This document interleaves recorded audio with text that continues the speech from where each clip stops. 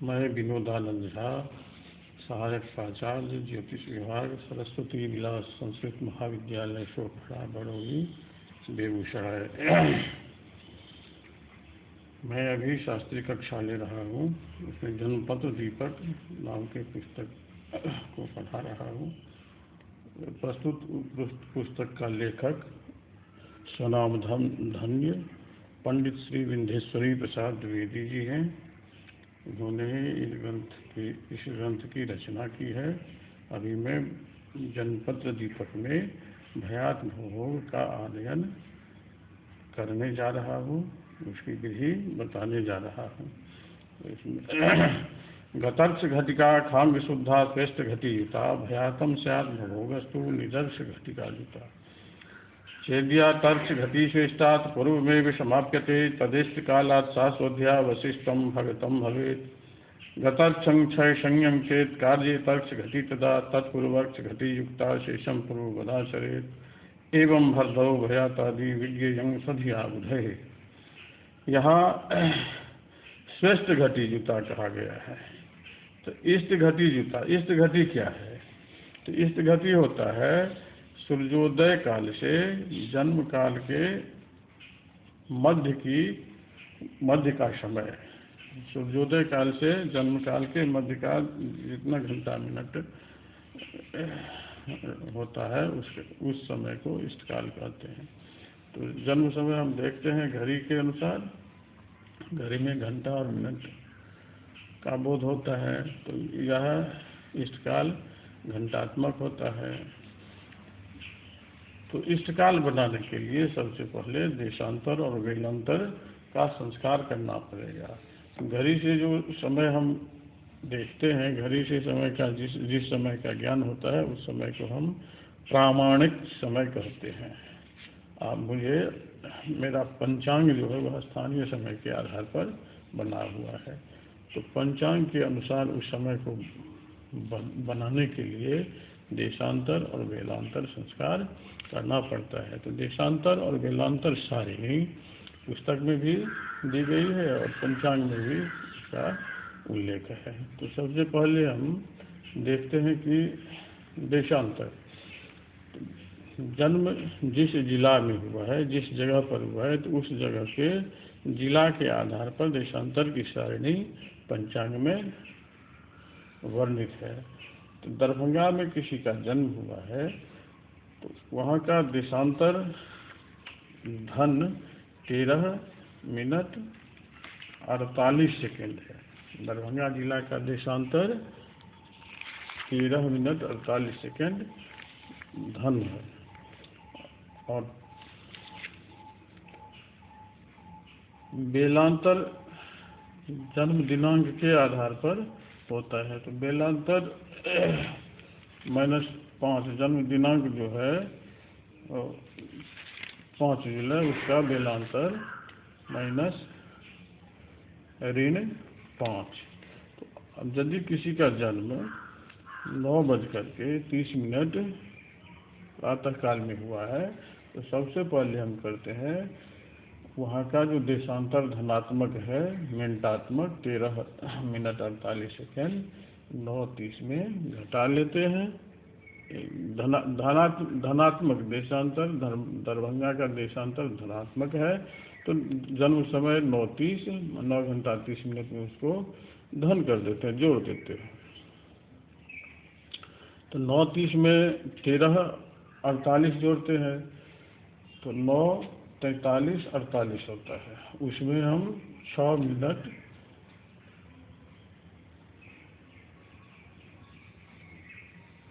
बेलांतर ऋण करते हैं 5 मिनट। तो 13 43 43 48 43 मिनट है तो अब ऋण करना है मिनट को, तो 43 में से 5 को ऋण कर लेते हैं तो 38 बचता है। तो अब हो गया शुद्ध जन्म समय 9:38 और 48 सेकेंड।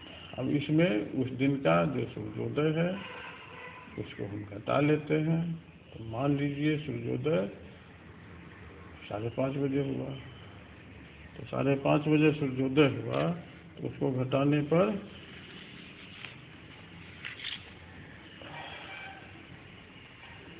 9:48 में 5:30 घटा लेते हैं तो बच जाता है 48 सेकेंड, 8 मिनट और 4 घंटा। इसको हम 2.5 से गुना करते हैं।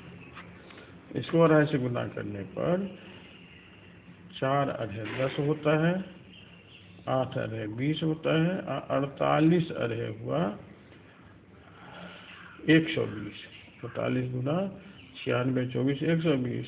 उसको हम फिर पल बना लेते हैं तो 2 पल हो जाता है। तो हो गया 10 दंड और 22 पल। ये इष्टकाल हो गया। 2.5 से गुना क्यों करते हैं? तो 1 घंटा बराबर 2.5 दंड का होता है। 24 घंटा बराबर 60 दंड, 24 घंटा का अहोरात्र होता है, तो दंड में वह 60 बन जाता है। 60 दंड का अहोरात्र होता है। अहोरात्र का मतलब हुआ कि 60 दंड, 60 दंड। तो 24 घंटा बराबर 60 दंड, तो 1 घंटा बराबर कितना? तो 2.5 दंड हो जाता है।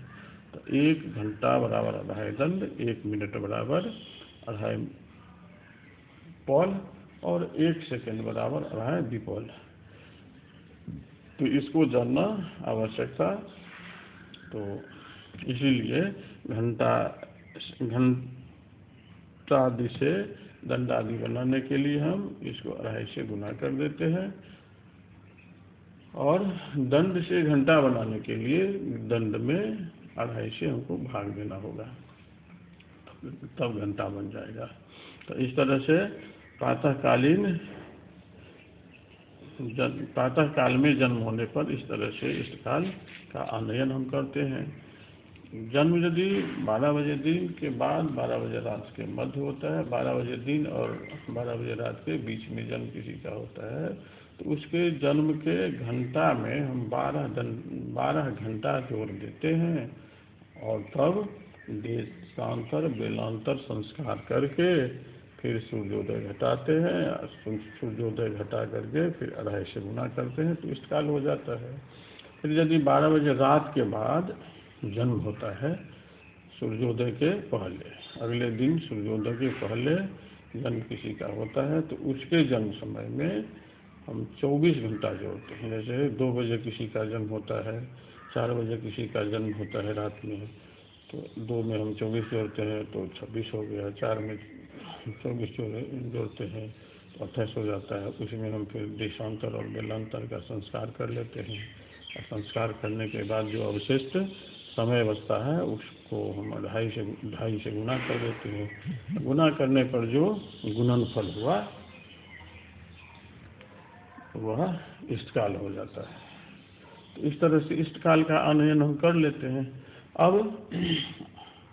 अब आते हैं हम गतर्थ घटिका, खांग शुद्धा। गतर्थ घटिका हुआ जन्म जिस दिन में या जिस समय में जन्म होता है, तो वह नक्षत्र, उस समय का नक्षत्र जन्म नक्षत्र वर्तमान नक्षत्र कहलाता है, जन्म नक्षत्र कहलाता है। उससे पूर्व का जो नक्षत्र है वह गत नक्षत्र कहलाता है। तो गत नक्षत्र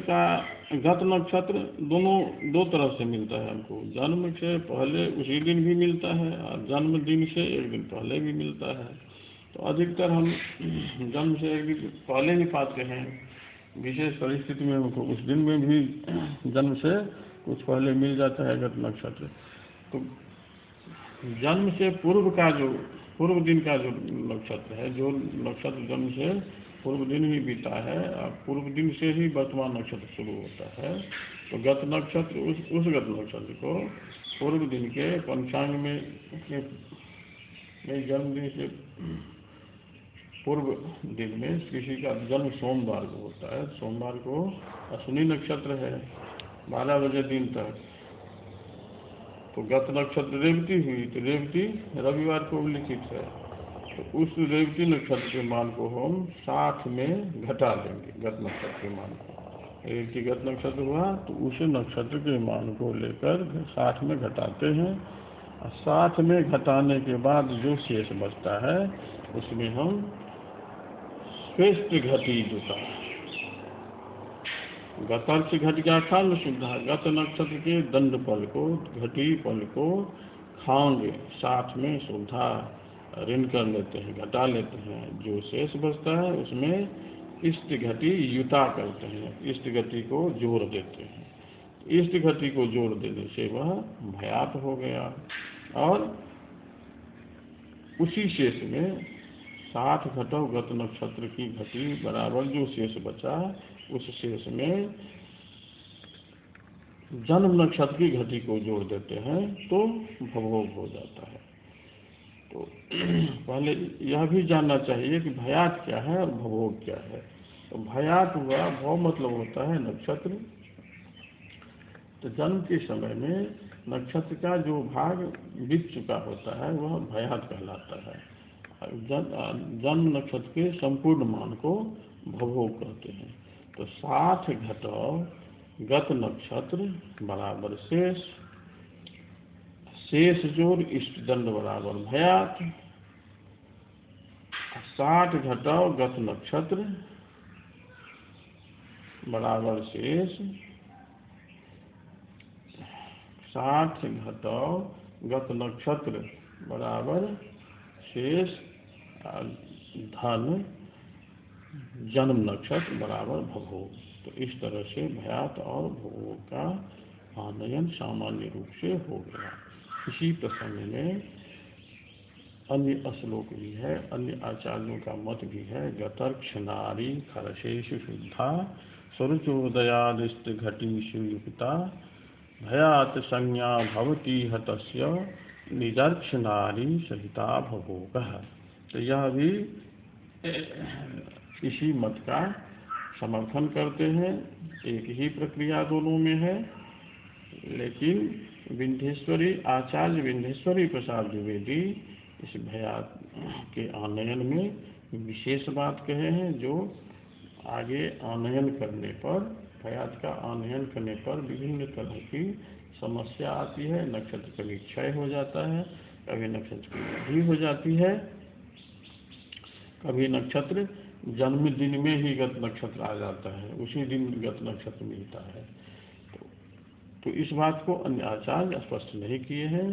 आचार्य विंध्येश्वरी प्रसाद द्विवेदी जी इस बात को पूर्णतया स्पष्ट कर दिए हैं। वो कहते हैं कि चेद्या तर्क्ष घटी श्रेष्ठात्, चेत या तर्क्ष घटी श्रेष्ठात् पूर्वमेव समाप्यते। यदि या तर्क घटी, यात मतलब गत, तर्क्ष यात ऋक्ष घटी, गत नक्षत्र की घटी इष्ट काल से पहले ही समाप्त हो जाती है, जन्म के दिन में ही। तो ऐसी परिस्थिति में तदिष्ट कालात् सा शोध्या, ऐसी परिस्थिति में इस गत नक्षत्र की घटी को इष्ट काल में घटाते हैं, घटाएंगे। घटाने के बाद जो शेष बचा वह कहता है कि अवशिष्टम, बचा हुआ जो शेष है वह भगतम, भगत हुआ, भगतम भयातम। तो इस परिस्थिति में जन्मकाल से पहले ही यदि जन्मदिन में ही नक्षत्र का, गत नक्षत्र का अंत होता है, तो इस परिस्थिति में इष्टकाल घटो गत नक्षत्र का दंडफल बराबर भयात। तो भयात आनयन की यह दूसरी विधि हुई। अब कहते हैं तीसरी विधि। केवल भयात आनयन में ही विभिन्न तरह की परिस्थितियां आती हैं। गतर्क्षण क्षय संज्ञम चेत, यदि गत नक्षत्र की क्षय संज्ञा हो गई है, गत नक्षत्र क्षय हो गया है, ऐसी परिस्थिति में पंचांग का जो कोष्ठक होता है उसमें गत नक्षत्र का मान और नाम दोनों में से कुछ नहीं लिखा जाता है। क्षय संज्ञक नक्षत्र का मान पंचांग में दायां साइड, दायां बगल परिशिष्ट में उल्लिखित रहता है, उसका संपूर्ण मान। तो गत नक्षत्र का यदि क्षय हो जाता है तो ऐसी स्थिति में गत नक्षत्र का आनयन विशेष प्रकार से किया जाता है। क्या है विशेष प्रकार? तो उसमें कहता है गतर्क संक्षय संज्ञन चेत कार्य तर्क घटी तथा, तब गतर्क घटी का आनयन करना चाहिए। कैसे करना चाहिए? तो तत्पूर्ववर्ग से घटी युक्ता, गत नक्षत्र जो क्षय संज्ञक जो नक्षत्र गत नक्षत्र है, उस गत नक्षत्र में उससे पूर्व का नक्षत्र जन्म से पूर्व दिन, जन्म से के गत दिन में जो उल्लिखित है उसको भी उस क्षय संज्ञक नक्षत्र में जोड़ करके तब हम उसको गत नक्षत्र का मान समझेंगे और पूर्ववत आचरित, पूर्व के अनुसार 60 घटा गत नक्षत्र इस नियम के अनुसार भयात का आनयन करेंगे। 60 घटा गत नक्षत्र जोड़ इष्टकाल, तब भयात हो जाता है। इस तरह से भयात आनयन की तीसरी विधि हो गई। अब एवं भरधो भयातादि विज्ञेयं स्वधियावृधे, इस तरह से वर्तमान नक्षत्र की यदि वृद्धि हो जाती है तो कहता है कि तीसरे दिन नक्षत्रांत से पूर्व का इष्टकाल हो तो प्रथमावधि के अनुसार भयात भोग बना के और दोनों में 60 घटी जोड़ देने से वास्तविक भयात और भोग होता है। यहाँ कहने का मतलब है कि नक्षत्र की वृद्धि हो जाती है तो नक्षत्र, एक ही नक्षत्र 3 दिन तक भोग करता है। एक दिन शुरू हुआ, आधा घंटा 1 घंटा रहा, उसके बाद दूसरे दिन 60 दंड 24 घंटा रहा, और फिर तीसरे दिन भी 1 आध घंटा रह करके नक्षत्र समाप्त हो जाता है। मतलब एक नक्षत्र में जब सूर्योदय 2 बार होता है तो नक्षत्र की वृद्धि होती है, और सूर्योदय रहित जो नक्षत्र होता है वह क्षय संज्ञक नक्षत्र, 2 बार सूर्योदय होने पर वह वृद्धि संज्ञक नक्षत्र कहलाता है। तो वृद्धि होने पर तीनों दिन नक्षत्र के तीनों दिन के मान को ग्रहण करना पड़ता है। इस तरह से भयात और भवभोग का आनयन हम कर लेते हैं। तो इसमें यदि कहीं कोई शंका हो, कोई जिज्ञासा हो, तो इस जिज्ञासा को व्हाट्सएप ग्रुप के माध्यम से रखेंगे मेरे पास, और मैं उस जिज्ञासा का समाधान कर दूंगा। इस तरह से भयात और भवभोग का आनयन हो गया।